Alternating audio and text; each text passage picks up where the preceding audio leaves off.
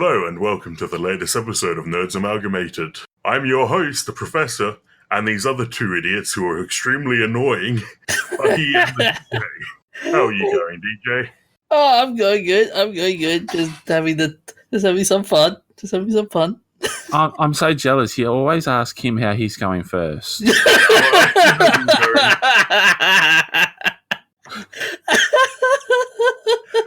You guys are both awful. I am not. My mum told me I was very, very good. Yeah, well, my mum told me I'm special, which is better than good. Yeah, but that was just because it was on the side of the bus when you went to school. Oh! I wanted to go there. I got out of kindergarten before I was 5, so it was all good. I couldn't stay. Anyway, on with the topics. Bucky has the first topic this week. I do. People from a very special school. Please don't beat me up, MIT students. Actually, I'd be more concerned about the robots taking revenge on you. Considering the fact that these guys are building the robots and you're just picking on their robots now. They're cool robots, though. Sorry, what was that? They're cool robots, though. They are extremely cool robots. This is actually an article that's about an amazing development where Eastern origami, I'm not sure if it's Japanese or Chinese, has been utilised in the design for the manufacturing a gripping mechanism on a robotic hand that is subtle and soft enough in its grip that it can pick up mangoes and soft fruits and so forth, but strong enough to be able to pick up 12 kilos. Yeah. So it's able to pick up 120 times its own weight. It's able to hoist an electric drill and open a bottle of wine. And it's got a great mechanism, doesn't it? It does. The actual mechanism is a origami construct skeleton with silicone latex rubber skin over the top, and a vacuum sucks the air out of the gripper, which causes the skin to constrict, which then also forces the origami skeleton to collapse into a narrowing funnel.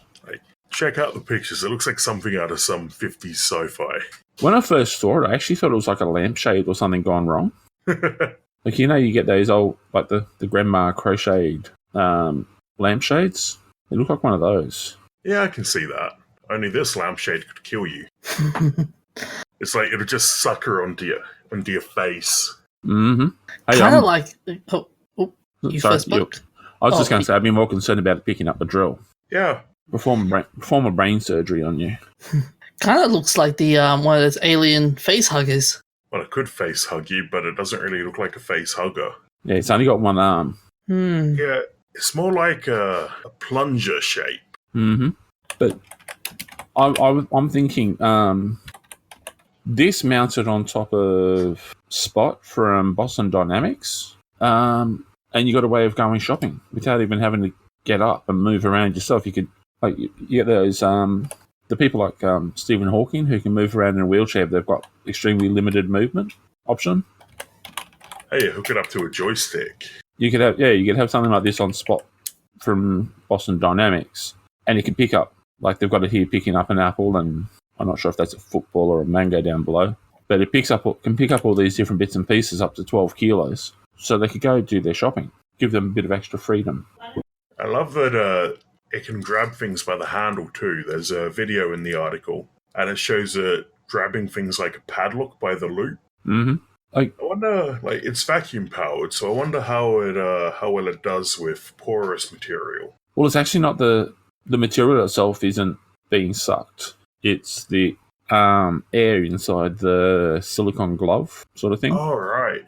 The air inside that gets sucked out, which causes the frame to constrict, and the silicone rubber has a rough texture, and that grabs and grips like skin. Yeah. So, I was thinking they suck the air out of the middle as well, but no, you're right. It is just gripping by friction. I can actually see this applied in areas such as disaster management when you're picking up rubble. heavy rubble, for example, in earthquake situations, to nuclear reactors when you're picking up plutonium rods, to maybe space travel. Plutonium rods would make the silicon disintegrate and deteriorate.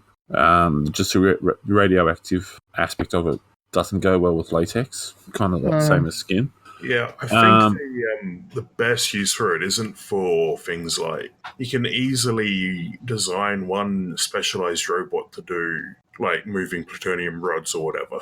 But I think the strength of this design is that it's non-specific. So, like you said, you could take it shopping with you, or you could put it to work in a field or somewhere that where things are different shapes and sizes. Like they've got that. I've seen a video of someone using robotics for gardening, where they have the robot goes through and it scans over, and it's got sensors that goes into the soil and it tests the water levels in the soil and so forth. So it optimizes watering, weeds, and everything like that. You could actually have this attached in the same system to go through and do the harvesting of the fruit. Yeah, that's what I was thinking. It's a great shape to grab watermelons. I'm just looking at like the versatility of it. It's all the different fruits and veggies. Cause I reckon this would be able to pick up a good sized cabbage and your bok choy, pak choy, your carrots. Yeah. I see the DJ's just put a link in the chat for a farm bot. What's that about, DJ? So FarmBot's was an original Kickstarter program where you could actually do farming with this robot, and you just key in all the details on what you want to grow, and this robot can help plant the do fruits and veggies and maintain the how much water it needs. And yeah, it's fully automated, as the heading says. But yeah, from what I've seen so far, it's pretty inventive. Oh yeah, that's kind of like what I was saying. I can't remember where the video was that I saw, but it was someone had done it, so it's actually approaching a commercial grade setup, and you could actually operate using hydroponics. So robot controlled hydroponics that literally don't need a person involved from go to woe would just work out perfectly. Like when you think about with the colonization of Mars, this sort of thing would actually work really well. Yeah, Mark Watney could have used one as his potato harvester. Yeah, I'm struggling to not find any shortcomings in this. You could even use it for operating in the kitchen.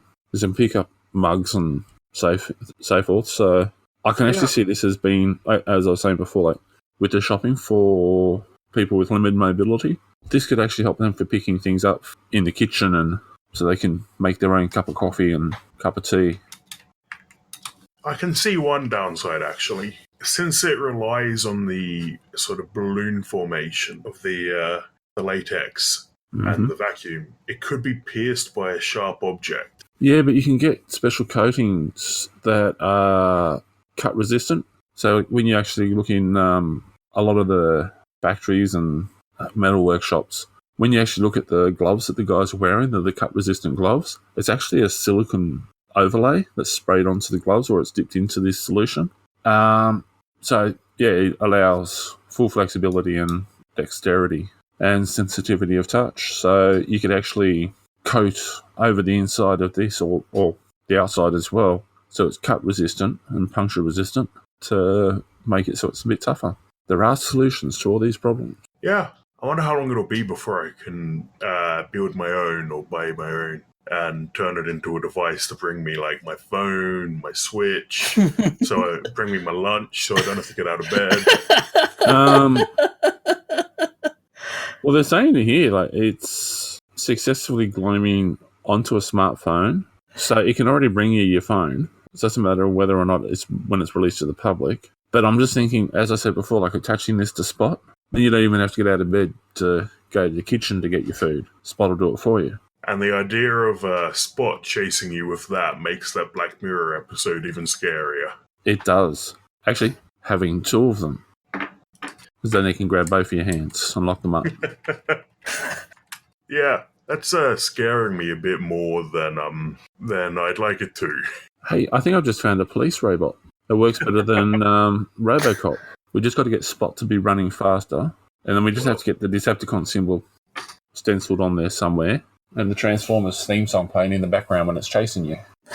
I can actually see this in a bomb disposal, like upgrading the bomb disposal robot. Yeah, now that you mention it. Yeah, it's got a subtle, gentle touch, but so yeah, it could be utilised in that way too. Yep. Anyway, I think we've terrified everyone enough. So on to the next topic. It's about Pokemon living in your brain. But first, a couple of weeks ago, we mentioned the Video Game Hall of Fame nominees. And they've announced the inductees for this year. They are Colossal Cave Adventure, Microsoft Solitaire, First Mortal Kombat, and Super Mario Kart, the original. So they didn't induct Red Alert, the mobile platform version? No, not yet. Oh, sorry, they only DJ. induct 4 games a year, though, so they did a few more in the first couple of years. But give it time, and I'm sure they'll run out of games to induct and have to turn to that rubbish. Mm-hmm. But it's a bit of trivia about Microsoft Solitaire. It was designed as it was used as a mouse tutorial for when Windows 3.0 first came out. The first Windows to use actually, I'm not sure it's the first Windows to use it, but it is one of the first to use a mouse. And they introduced Solitaire as a training aid. Mm-hmm.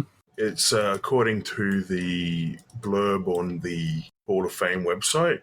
It is a version of the Klondike variation of Solitaire, programmed by intern Wes Cherry. I hope he got paid well for being an intern, and they've included it from 1990 up until 2013, and now it's only available as a downloadable title because they decided to put Bejeweled in instead. Mm-hmm. Very first version of Windows was Windows 1.0, which was released on November 20, 1985. Okay. So and anyway, it was a 16-bit multitasking shell. Yes, you couldn't even... I don't believe you could even have accounts until, version 3. I'm not sure. I'm a bit young for that. But anyway, on to my main topic for tonight. Researchers at Stanford have identified a particular brain region that is devoted to recognizing Pokemon. So people who grew up with Pokemon have developed a particular node in their brain that is great at recognizing Pokemon and not much else. Apparently, though, there's also a Jennifer Aniston neuron, which shows the same response to images of Jennifer Aniston, and other celebrities have been identified as well. But I wonder if it's related to how when you're a young child, you're great at recognizing differences between pretty much anything. But then you train, as I understand it, your brain specializes towards recognizing humans. So I wonder if this is related to how that works, and if you're older, you wouldn't develop that area. Reality is that all memories generate nodes within neurons, because that's how memories are stored. It's a hardwire aspect. So when you build a memory, it's chemical reactions on different neurons in different parts of the brain that generate the schema of the memory, and they get activated. I reckon I should probably stop there, because otherwise we'll end up having a 6-hour lecture just to introduce the basics of the topic, because it was 6 months of lectures and a heck of a lot of reading as a second year unit for me when I was doing my behavioural science undergrad. So there's a lot of groundwork to cover. But memories. All memories actually form clusters of nodes in different regions, and the more you use it, the more activated it becomes and stronger, and the more it lights up when it's activated. So as you get older, you would start to that area would start to be repurposed, wouldn't it? After a period of time, if you haven't used it, you lose it. Okay. I wonder if my mum's gotten really into Pokemon with Pokemon Go. I wonder if she will ever develop that region. Do you have probably an already has. fMRI I could borrow? Not in my back pocket, unfortunately. No, I think I left Yeah, it. neither do I. I think I left it in the lab. I'll check eBay. Do you reckon this is kind of entering into the realms of photographic memory? No. No, photographic memory doesn't really work the way it's portrayed in movies. And it's actually it's eidetic memory, not photographic. Okay. Photographic just helps people understand what you mean when you say it. If you say eidetic memory to an uneducated individual, they go, huh? What? Yeah, An because identity it uses fancy science words. An identity memory? What's an identity memory? But if you say photographic, it's in the movies because it's been dumbed down for Hollywood. I'm interested in this article. To quote, they're saying, when they analyzed the data, they found that, as hypothesized, there's a new region of the brain that formed in the subjects dedicated to recognizing Pokemon characters in the same location across the Pokemon playing subjects. According to Gomez, the study's creator, this supports a theory called eccentricity bias. It holds that it's the way we look at visual stimuli, especially whether we use central or peripheral vision and how much of our visual field a given object takes up, and that determines the location for a dedicated brain region for that stimulus. Mm-hmm. And yeah, like as I said, like all memories form memory. Like every memory you have, it's all stored in roughly the same location across people for particular types of memories. So memories of pain and suffering are in certain areas and that sort of thing. So yeah, it all fits within the pattern. Yeah, I wonder if they say that they're not sure why exactly, but I do wonder what causes it to take up relatively the same space in every person's brain. I think it's more of the thrill of the hunt kind of thing. Like, Well, it's in terms of you stop playing Walk Pokemon. walk away. Squatly walk backwards. All I'm trying to say is, it's like if you abandon the game and then a few months later you go, okay, I'm gonna try again. I'm gonna try and get back into the game, and you might remember. It will take a while, but you all of a sudden you regain back the memory. Yeah, I struggle to see what that's got to do with the thrill of the hunt. As in the thrill of the hunt in terms of trying a different strategy kind of thing, like maybe looking at it from a different perspective. I'm confused here. I'm not really following either. Listeners, there is a 5 internet point reward for working out what he's saying. If anyone can translate what he said and explain it, I think I kind of understand where he's going, but yeah, I'm too scared Okay, to go there. okay. What I'm trying to say is no. Let's just. I think we should just move on now. Sit. Bad robot. But it's so interesting that this is research into how the brain works and psychology, and coming from Stanford, who are notorious for their psychology experiments. Mm-hmm. These are the people who brought you the Stanford prison experiment. Twice, didn't they?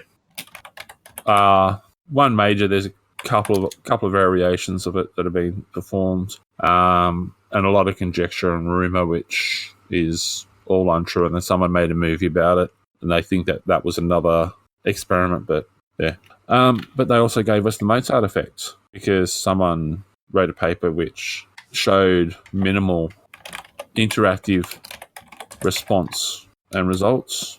Yeah. For those who don't understand what the Mozart effect is, apparently listening to Mozart is supposed to make you smart.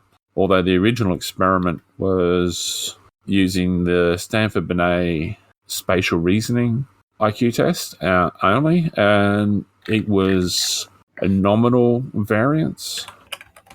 But any music that is upbeat and all has a certain amount of changing pattern in it can activate the brain to the same level. So I've just put up the Wikipedia page on the Mozart effect, and there's mentions a theory that listening to Mozart's, especially the piano concertos, may temporarily increase one's IQ. I'm going to go play all of them at once. It's a load of hogwash, and the original experiment and all the subsequent investigations into it under scientific conditions have failed to show any true results. Okay. It's also interesting, the study was done in 1993, but I don't remember it until just a couple of years ago, maybe 2010. It seemed to get a resurgence because there were a lot of kids shows on that used classical music and were called stuff like Little Einsteins. Yeah, there's actually a whole just trying to say it politely here, dodgy section of the American media market that sells CDs, claiming that playing them to your baby or your unborn baby will see a permanent increase in the IQ levels. I hate to break it to them, but it's a load of gumph. Have you ever seen those ridiculous headphones that are designed to go on your pregnant belly? Oh, yes. Then it turned out that they were sending the babies deaf. Yep. Your babies hear well enough without having to blast them with stuff. They're quite comfortable in there. Nature has a fantastic little crib in the mother's belly, and no need to mess with it. Yep. Unless you only get the mother to swallow a tennis ball or something to give the kid something to do in there. After all, it's stuck in there for 9 months. It's got to get bored. Yes, but speaking of babies who may or may not have been dropped, DJ, what is your topic? How is that a segue? I will never ever know. Because we're going from the topic about the babies who are brain damaged and deaf and stuff onto the topic from you who is brain damaged. Are you really going to equate that Fight me. from Mr. Tongue-Tied? Fight me. Okay, you think we could make a gaff about that? Mr. Tongue-Tied? I don't know. No, I am not going to stutter every time I introduce the show. Just once. and that's what the gaff. Awful. And that's what the gaff will be. Awful. I am not going to stutter rap. I will take my ball and go home.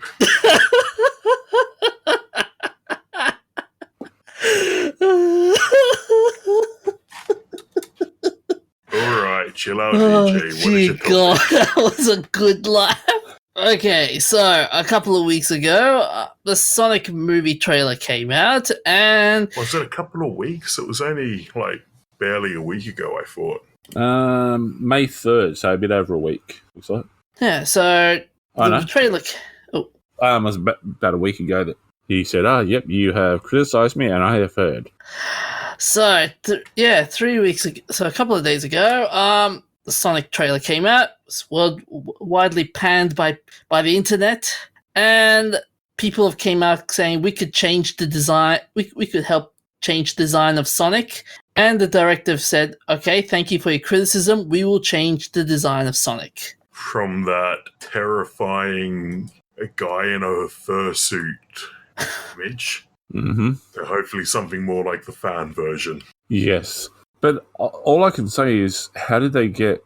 It's either got to be Will Smith or The Rock or one of those other useless wastes of gravity that are just doing all the remakes that's in the suit. How have they got them into that suit? I think this is a child who has murdered real animals, dyed them blue, and sewn together a fursuit. I was just going to say, what's that comedian? Crikey. I'll look it up and get back to you on that. So yeah, that was interesting how the internet reacted, and the director saying they will tinker with the design, make it believable in the real world. And yeah, Sega, and how Sega was not entirely on board with those changes they did with the initial Sonic. Kevin Hart, that's who I was thinking of. Kevin Hart in a Sonic suit. Oh. He's small. He's weird. He's annoying. It fits. That's who's in the Sonic suit. Kevin Hart.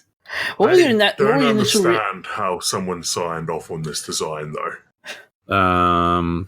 They had some really, really old guy who's blind and deaf and never actually looked at Sonic, doesn't understand it. He goes, "Oh yeah, that'll work. The kids these days, they can just use their imagination." I think it's the response from the director of Detective Pikachu is hilarious. He's like, well, obviously the difference is that we decided to film on film instead of digital. As if that's the only reason people don't like Sonic. Yeah, I think there's actually a lack of oxygen going somewhere there. He needs to remove his head from whatever position he's got it stuck. What do you guys thought of the edits, though? The changes to Sonic that the fans I've yet created? to see a fan edit that looks worse. Honestly, I've seen one fan edit, and yeah, it was better, but I really didn't care. We're being swamped with all these movies that are just trying to bring games to life and make them into, and just cash in on that, and it's just getting annoying. Detective Pikachu actually looks good, though. I'll give Detective Pikachu credit. Pokemon is still a current thing. It's like there's been other Pikachu movies. This is just the next stage in that evolution. We've had Sonic the Hedgehog cartoons, possibly an animated movie or something there, but how long's it been since they did a brand new Sonic the Hedgehog cartoon? Only a couple of years. There was one that came out with Sonic Boom. Okay. It should be like 2016, I think. I stand corrected. But yeah, it's just, if they're going to do it, you got to do it properly. And then there's just so many other movies that are coming out where it's just overloading. It's like between the games movies and the Marvel movies, everyone's just going, can you give me something that's not painful to watch? Yeah. What did you guys thought about the trailer when you first saw it initially? I still haven't actually seen it in full. It kind of flashed up on my Facebook feed, but I just scrolled past. Well, you know how we were saying there's an area of your brain dedicated to Pokemon? I think there's an area of my brain that has been permanently burnt out by seeing that trailer.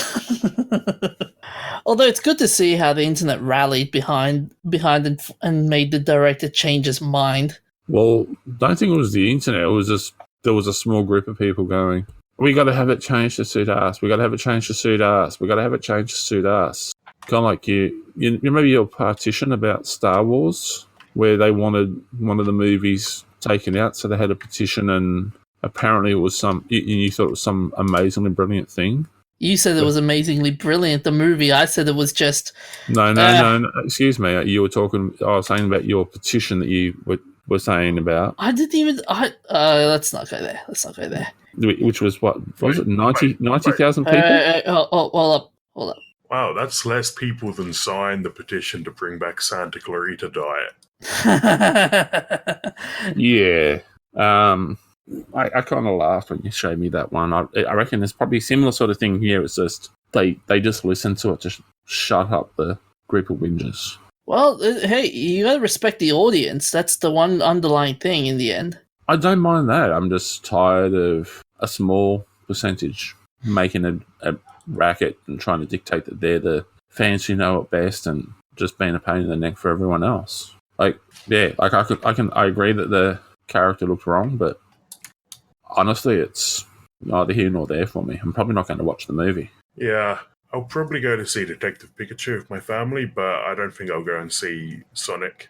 Yeah, I'll wait till the DVD comes out. I might check out Detective Pikachu, but yeah, I'll wait till the DVD comes out.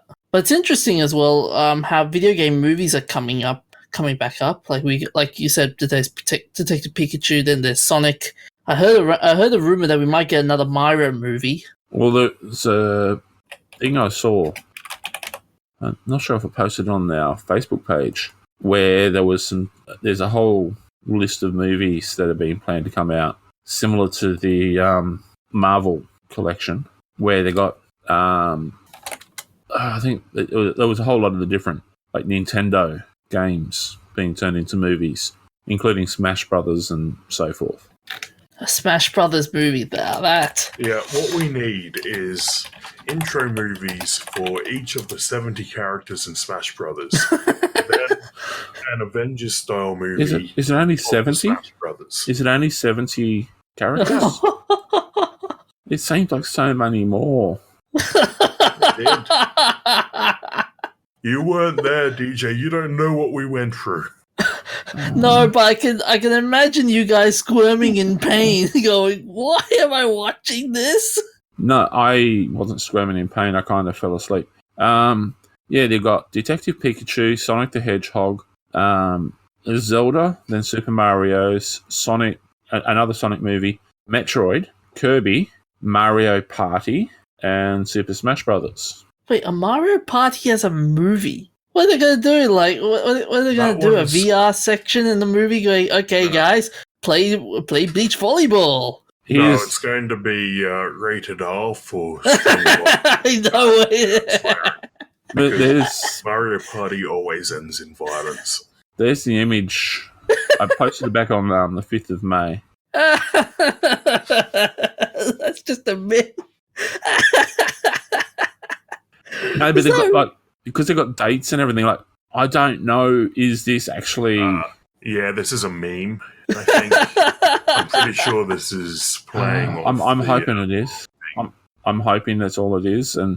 But these idiots out there that might go, "Hey, this is a good idea. Let's do this. Let's make these movies." Like, seriously, if that happens, I'm going to find who made this meme and I'm going to strangle them slowly. And before Bucky gets himself in any more legal trouble, what have you been playing this week, Bucky? Assassin's Creed. So I've been training for that. DJ, stop laughing for 5 seconds. I know, but it's just so funny, the irony. The irony is hilarious. Yeah, but I won't. He got pissed off at you for playing the same game each week. No, he's actually the irony of me. You're saying we got to move along away from me getting into more legal trouble for saying I wanted to strangle someone. My game of the week is Assassin's Creed. He's training for it. But I won't use the hidden blade on these people. Well, the thing about being an assassin is that you don't get caught. Well, I'm not intending to. What about you, DJ? I've just been playing Apex Legends, relaxing from playing Mortal Kombat 11, and yeah, there's not much activity going around with Apex Legends. I mean, there's the odd patch or two updated, but yeah, they added new content since what's his name, Octane? No, they haven't added any new content. No, the problem is though, it's waning in relevancy because really, yeah, well. Say it isn't so. Ever since recent... Don't say people are getting tired of Battle Royale format already. Well, but that's because there was a recent article I was reading where the reason why Apex Legends is waning in popularity is because their employers are not good, are treating their staff with care and stuff like, and they're not doing crunch time tactics, basically. So it's waning because the bosses aren't being mean and nasty and horrible. Yeah, unlike Epic Games, which they're doing Fortnite. But, well, hang on. Is Apex available to the cheaters? I mean, the gamers with the superior computer systems in China? I thought this pushed out for the topic. That's what my topic pushed out for. Shut up. I was going to have a topic about how the number of Chinese PC gamers is now bigger than the number of people in the US. So there's just so many more Chinese hackers to ban. They're not hackers and cheats. They got superior computer systems. We had someone from Dell China telling us in an article about that, remember? Oh, you weren't here that week. I remember. Oh, I was here. You were here? Yeah. Okay. But so they're not cheaters, they're just naturally gifted, apparently. And that's the story they're telling us, and they're sticking to it anyway. Yeah. Well, I've been playing Minecraft, and the big 10-year anniversary is next week, I believe. I'm not actually sure what they're planning for it, but I'm enjoying the content that's in there from the latest update still. The traveling merchants have made it really easy to get exotic items. Like, it's about a week's walk to get to the nearest tropical ocean from my base.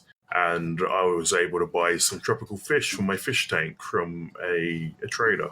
So you can actually have a fish tank with fish now. Yeah, that was a couple of updates ago. So jealous. Underwater update, I don't remember exactly which one it was, though. I might have to go and play Minecraft again. Yeah, because I knew you could have different birds now. Oh yeah, they've got parrots. I think they're the only real birds. There's also bats, and the phantoms are the other flying monster in the overworld who turn up when you don't sleep and attack you. Yeah, because last time I did play it, I built an aviary for my niece, because I have a house that's kind of like the you remember the old Thunderbirds show where they had the house on the island? I got something like that I've built on the side of a cliff. And so I built a giant aviary out on my floating balcony. Cool. Which was terrifying to build. And I've got that there with some trees inside and some wheat growing so I can create food for them and so forth. Yeah. But apparently you can grow apples on the trees as well now. You can actually grow apple trees? I didn't know there were apple trees. I mean, I'm used to just getting them when you cut down trees. I'd have to check that out. I just remember my nephew saying something about you can grow different fruits or something now, so that'd be good. Yeah, there's a lot of food now. My friend and I built a giant greenhouse. Okay, I'm getting nervous. The DJ's gone very quiet. He has. He better not be hacking my server and blowing up my house. I'm okay. Right. So let's rush through the shout-outs so that I can get onto the server and make sure he's not messing up my base.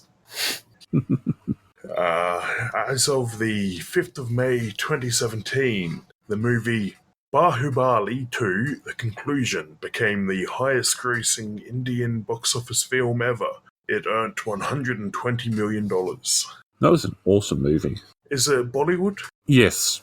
You've actually got to watch Bahubali and Bahubali 2. Okay. It takes absurdity to a whole new level. You've probably seen something where they use palm trees as catapults, and they shoot guys through the air, and they've all got their shields, and they form a circle with their shields to land and roll. Oh yeah, I think I've seen that GIF somewhere. Yeah. So yeah, that's the movie.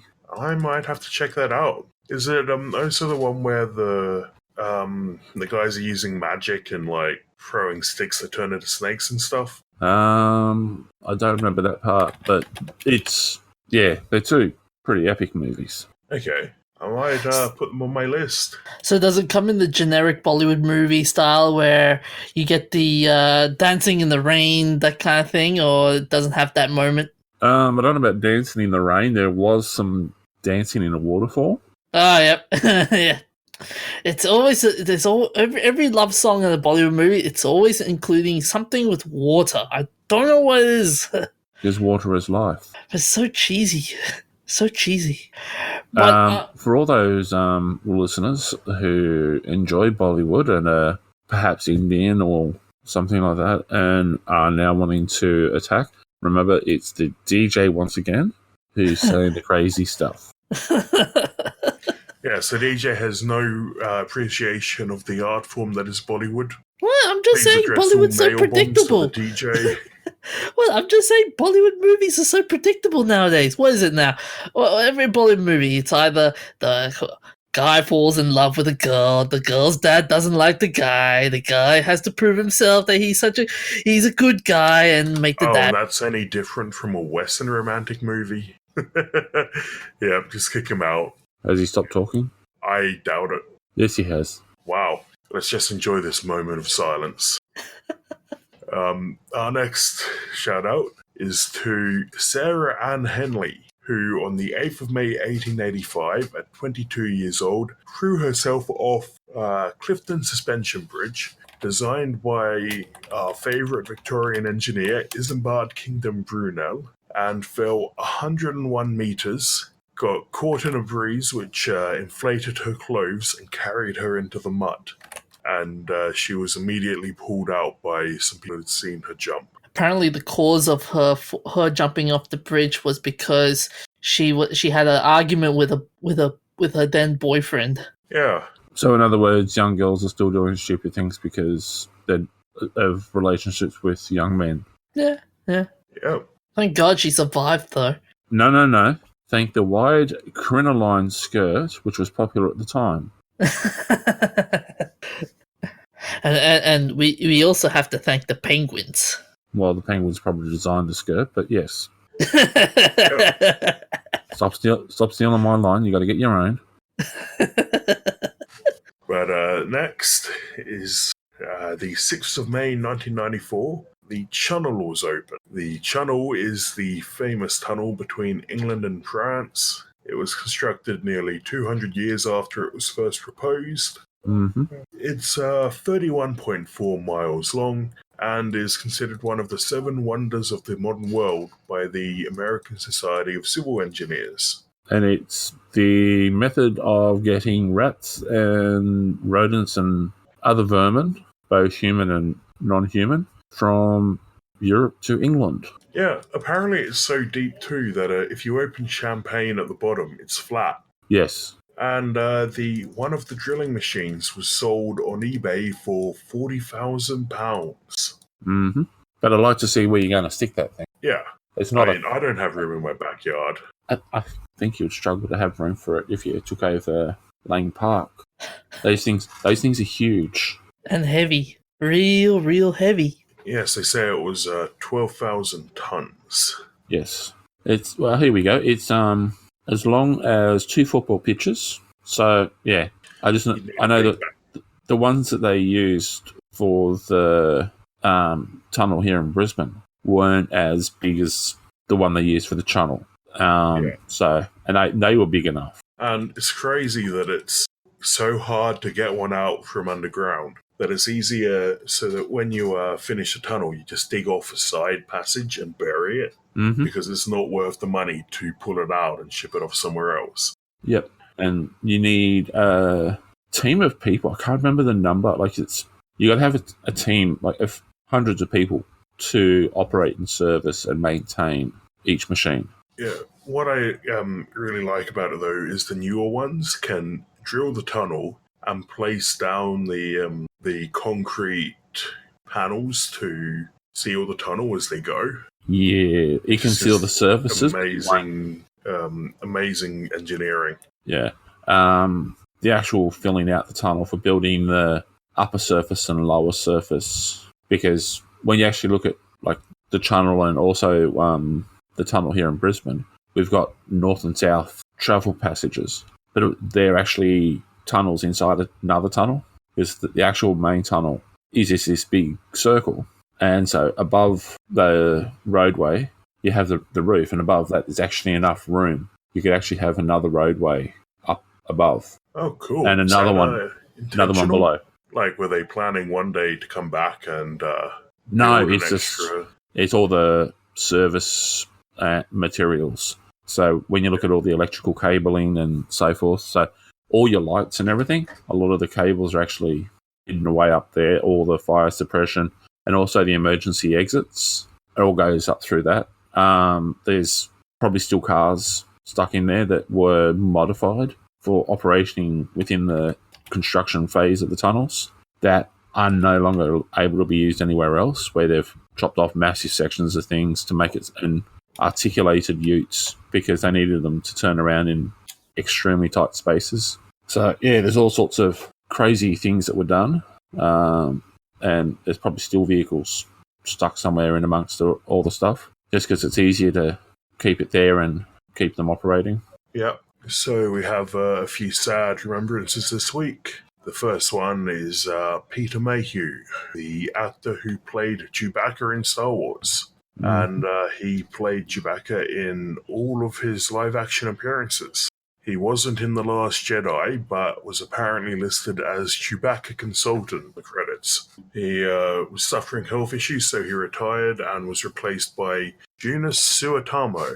He died of a heart attack at age 74 on the 30th of April this year. And a few days later, on the 2nd of May this year, Chris Riccardi, the American cartoon director behind Samurai Jack, The Ren and Stimpy Show, The Powerpuff Girls, Tiny Toon Adventures, directed for Super Robot Monkey Team Hyperforce Go and SpongeBob SquarePants, and the supervising producer for Regular Show and creative director for Secret Mountain Fort Awesome. And also in 2007, he co-created and developed a pilot for Nickelodeon called The Modifiers, alongside his wife, Lynn Naylor. He died of a heart attack in Ventura, California at the age of 54. There seems to be a lot of people dying of heart attacks in America. Yeah, it's unfortunate. Yeah, it's more unfortunate for Chris because he was surfing at the time as well. Ouch. Actually, no, that'd be if you're going to go, that'd be the way to go. You're doing something you enjoy. Yeah. Yeah. That's a pretty good way to go. Doing something you love. I just want to go quietly like my grandpa in his sleep. Not like the passenger screaming in his car. And back to the somber mood, please. On the 6th of May 1992, Marlene Dietrich, the German-American actress and singer who performed from the 1910s to the 1980s and continuously reinvented herself in 1920s Berlin. She acted on stage and in silent films as Lola in The Blue Angel in 1930, which got her international fame and a contract with Paramount. She was in Morocco, Shanghai Express, and Desire from the 1930s, and became one of the highest paid actresses of the era. Then she was a high-profile entertainer in the US during World War II, and made a few films after the war, including Witness for the Prosecution in 1957. She spent most of the 50s to the 70s touring the world as a marquee live show performer, and she was known for humanitarian efforts during the war, housing German and French exiles, providing financial support, and even advocating their US citizenship. She received honors from the US, France, Belgium, and Israel for improving morale on the front lines, and was named the 9th greatest female star of classic Hollywood cinema in 1999. She died of renal failure at 90 in Paris. And on to famous birthdays. On the 5th of May 1921, we have Arthur Leonard Charlow, the American physicist and co-inventor of the laser with Charles Towns. His central insight was the use of two mirrors as the resonant cavity to take maser action from microwaves to visible wavelength. That's cool. I never realized the first lasers were based on masers. He shared the 1981 Nobel Prize in Physics with Nicolaus Bloembergen and Kai Siegbahn for their work using lasers to determine atomic energy levels with great precision. He was born in Mount Vernon, New York. On the 6th of May, 1856, Sigmund Freud. It's Freud, isn't it, Bucky? No, it's Freud. Okay, Freud. I've been lied to. Hey? I'm going to go and tell my parents they lied to me. The Austrian neurologist and founder of psychoanalysis, which is a clinical method for treating psychopathology through dialogue between a patient and a psychoanalyst. So if you ever go to see a psych and they get you to lie on the couch and ask you, how does that make you feel? Blame Sigmund. Well, there was a lot of people who were doing that. He made psychopathology more of an art form and developed a lot of theories and assumptions that led to further research, which has actually shown a lot of evidence to support his hypotheses. So, yeah. Okay. I was understanding a lot of his work was controversial. It is, and there's been a lot of attacks on it because it was purely observational. It wasn't developed under scientific conditions, but we're talking about at the very birth of psychology. So he wasn't the very first psychologist. There were other people involved, but he proposed theories such as the Oedipus complex, the id, ego, superego, that sort of thing. So, libido says here. Yeah, and a lot of those things have, like, in further other people have researched and actually shown there's actually a lot of support for the hypothesis. Maybe not exactly as he's proposed it, but yeah, there's a lot of there's still research going on today which has shown a lot of support for like his theories. Yeah. Have you guys ever seen that movie, A Dangerous Method? Yes. I actually had to watch it for one of my units in psychology. What's it about? It's about it's about Sigmund Freud and Carl Jung training Sabrina Spielrein. Training or treating? I think it was treating, but then she was a patient. But that's the accuracy of that is in question. But yeah, okay. Here's an interesting fact for you. There's actually a museum exhibition where his couch and everything, like his entire office, is being preserved, including the bed that he had in the corner for his dog. And his daughter actually followed him in the profession and was an outstanding psychologist in her own right, but was overshadowed. So when people see the name Freud, they just automatically assume it was Sigmund and not her. I never knew that.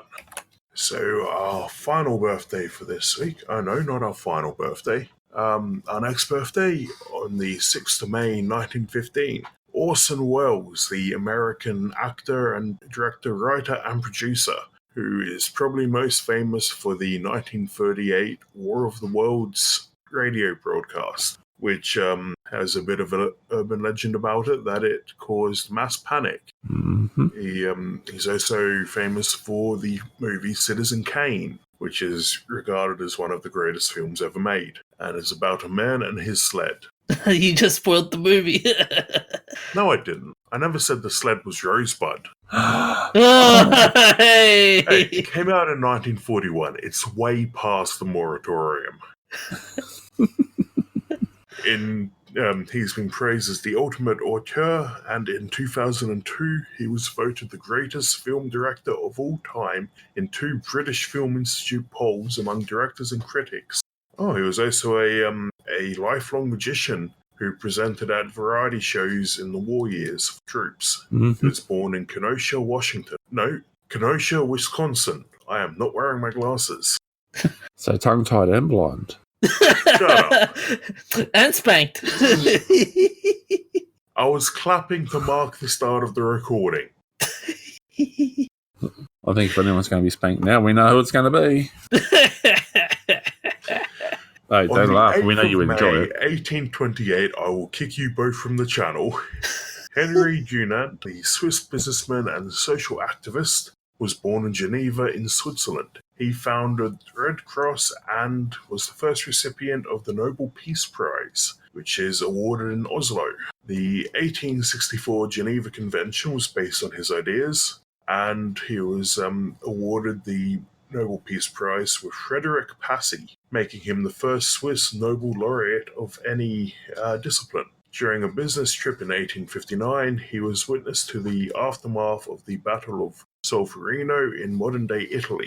He wrote down his memories and experiences in the book A Memory of Solferino, which inspired the creation of the International Committee of the Red Cross in 1863. And on to events of interest. On the 6th of May 1937, the Hindenburg crashed during an attempt to dock with a mooring mast at the Lakehurst Naval Air Station in the United States. Of 97 people on board, there were 35 fatalities. One worker on the ground was also killed. The disaster was caught on newsreel coverage and in photographs, and is the source of the famous "Oh, the humanity" quote. Mm-hmm. Unfortunately, if the Hindenburg hadn't crashed and burned, literally, there might have been a more use of airships, which we could greatly do with because airships are awesome. They are. On the 17th of May 1946, the Tokyo Telecommunications Engineering, the company Tokyo Telecommunications Engineering, was founded with around 20 employees and was later renamed Sony. And also on the 7th of May, but in 1952, the concept of the integrated circuit, the basis for all modern computers, was first published by Jeffrey Dahmer, who was not dumber, he was very smart. He should have been Jeffrey Smarter. On the 8th of May 1980, the World Health Organization confirmed the eradication of smallpox thanks to vaccination. I assume there's no anti-vaxxers listening to us, but if there are, fight me. Actually, here's a little point to consider. There's actually evidence to show that a lot of the world's leading scientists are actually autistic or Aspergic, which therefore means that instead of vaccine causing autism, autism causes vaccination. And the one problem I have with vaccines is that they cause adults, and adults are awful. Actually, that goes back to the original cause of autism, which is sex. That causes a lot of things. But the original smallpox vaccine was invented by Edward Jenner, who would deliberately infect you with cowpox because cowpox happened to be close enough to smallpox that your body would develop immunity, but it wouldn't kill you. Mm-hmm. It looks like the last naturally occurring case of smallpox was contracted in October 1977 by a young man in Merkatown, Somalia. He survived and there were no new cases, but there were a couple of cases in England in 1978 where smallpox escaped from a research lab and infected 2 people, one of whom died. And the rumours are, of course, that every country has a sample of smallpox, which they are genetically engineering into some absolutely nasty super weapon to unleash on the world when all is lost. Yep. And we know it's true and it works because, after all, look at Donald Trump. That's proof of genetic engineering gone wrong.